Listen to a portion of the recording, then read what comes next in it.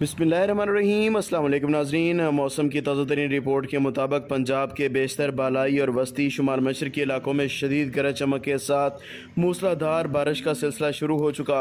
दूसरी जानब शुमाल मशरक़ी बलूचिस्तान, खैबर पख्तूनख्वा के मुख्तलिफ इलाकों, सिंध के साहली और ज़ेरी इलाकों समेत बलूचिस्तान के साहली इलाकों पर भी गरज चमक के साथ बारिश का सिलसिला शुरू।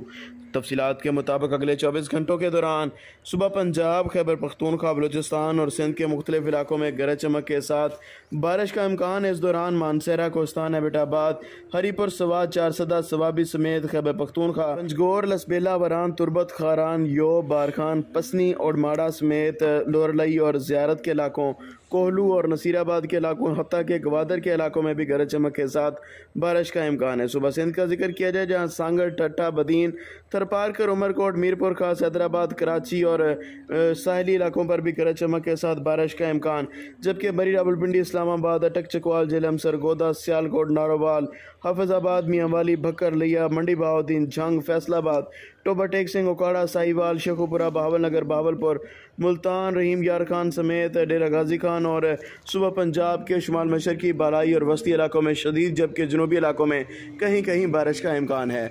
याद रहे कि बारिश का ये सिलसिला अगले 24 घंटों में जारी रहेगा।